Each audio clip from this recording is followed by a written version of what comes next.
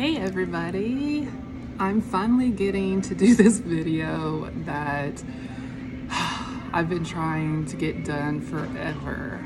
Just wanted to give y'all a little bit of update on my RV experience and RV University, which kudos to Brandi because I don't know how she does it.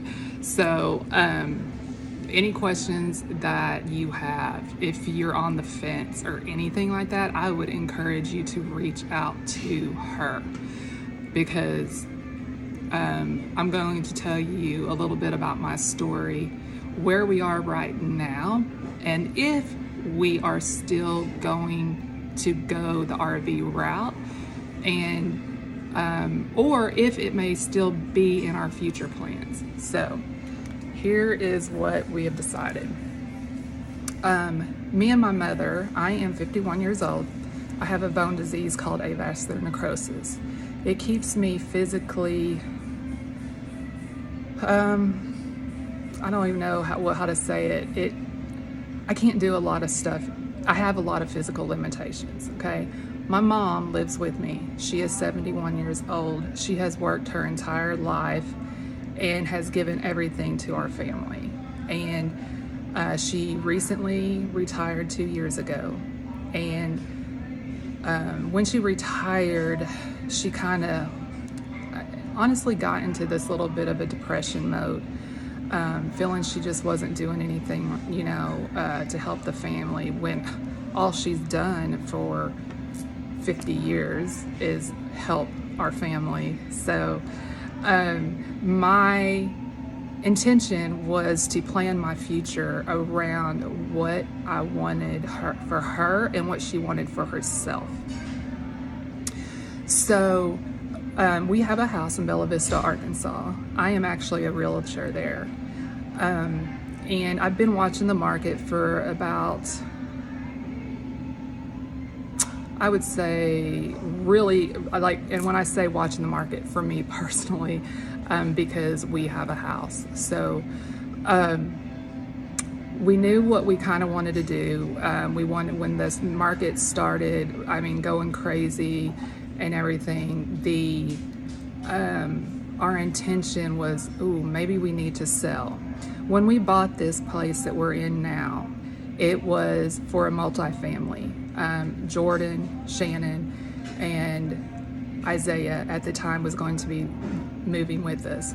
So there were separate living areas, which was perfect for us. And that's the reason we bought what we bought. We bought it 5 years ago at $145,000, that is. And we just sold it for $312,500.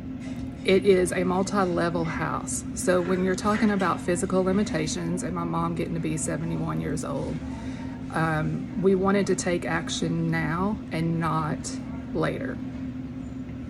So we went ahead, put it on the market, and we sold it. But in that meantime, we were like, okay, what are we gonna do afterwards? Where are we gonna live? Because as you know, everything is just crazy right now. And we've always had a dream of kind of, we'd love to go RVing and everything like that. But we really had no idea what we were doing, what things needed to be done on a daily basis, because we literally wanted to minimize our life, but also minimize what needs to be done and taken care of in a house. So with that being said, one morning I got up and I prayed. And I said, God, please, help me figure out what I need to do for me and my mom that will be right. Like, I need some answers. I need questions to answers. And so what I did, I immediately, after I prayed, I got onto YouTube. And Brandi popped up on my screen, and I'm like, okay. So I hit, and I'm not even sure what made me click play, but it was something about RVs. So I clicked on it, and I was so moved by her video, and I knew I needed to talk to her. I knew that she would answer my questions. And so I did. I scheduled an appointment with her. I actually got into her RV University course and started taking the courses. In that time, then all of a sudden, I decided that, you know, we needed to put our house on the market. So we went through that. We went through the decluttering, one room at a time. Highly recommend. As a realtor, I highly recommend you doing this before you put your house on the market, because then whenever you go and you have to move, it makes moving so much easier. So anyway, what we did was we drastically decluttered. It took us about 2 weeks. And we were decluttering like we were going to be moving. We were going to get an RV and move in the RV. We went and looked at a couple of RVs and everything like that. Still, I was taking the RV University course. I did all that. And I like I said, I always asked questions, to Brandi and all that. And we hit it off really good. She's one of my soul sisters. But anyway, so we got it under contract, and we got it sold. Just a crazy story, and one that has happened quite frequently, but people don't talk about it, but I will. We were the sellers, and I was doing, as a realtor, I wanted to make sure everything was in tip-top shape so that the buyers and their agent could come in and really, look at it. So we have a downstairs area that's a basement, and I get back with my son from unloading the U-Haul into our storage unit, and Mom is calling out to me because I was on the main level. She says, "Michelle, you need to come down here." And I said, "What's going on?" She says, "We have a leak." We have a leak the day before closing, 2 hours before the final inspection. So yeah, so I'm wearing both hats. I'm going, wearing the seller's hat, wearing the agent's hat. Of course, I immediately called the agent, let her know. Then at that time, Hurricane Ian had hit, and most of the places that I called, even in Northwest Arkansas, they sent a bunch of their workers out to. They sent a bunch of their workers out to Florida to work, and nobody could come quick enough. So of course I did call my my contractor. He was able to get out there ASAP, and anyway, it ended up closing, but it was a pain. But and just to let you know, it is absolutely a nightmare decluttering. However, man, it makes you feel good. Like, it makes you feel, just empowering, to see everything that you've thrown away. But it's also a reality check. It's a reality check that, oh my God, I wasted all this money on stuff that I didn't even use. Like, it's crazy. Like, my life has forever changed because of this. And so, okay, so here we are. We closed. I am now in a hotel. Been in a hotel for 2.5 weeks, waiting for an apartment to be done. You say apartment, I say yes. So this is my reasoning for that. I have family in Florida. My grandbaby's there. I have been away from him for 3 months.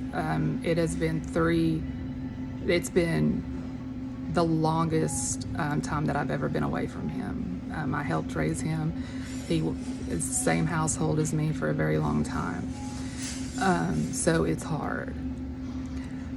We decided on an apartment because of the fact that we are not physically able to do the work that an RV requires. You know, a lot of bending, even if we do stationary, you know, if anything were to happen and we had to move it, we just want peace, and that was not going to be our peace. However, because of the university, I got a picture of that, and we just decided that we weren't ready for it at this time. That does not mean that we might not do it in the future, because as we know, plans change. So we have an apartment now. It is absolutely, we love it. You know, it's 900 square foot, 2-bedroom, 2-bath, brand new. It has so many amenities that my mom will be able to just walk to and do. They have a gym there, they have the pool and everything, to where she wouldn't even have to get into a car and drive anywhere to do that. And that is what we decided to do. We have it for a year, and then in that year, we're probably going to buy us some land. And then we're either, you know, we may still buy an RV just to travel in, but we are going to have a little cottage built. Nothing big. I'm talking 600 square foot.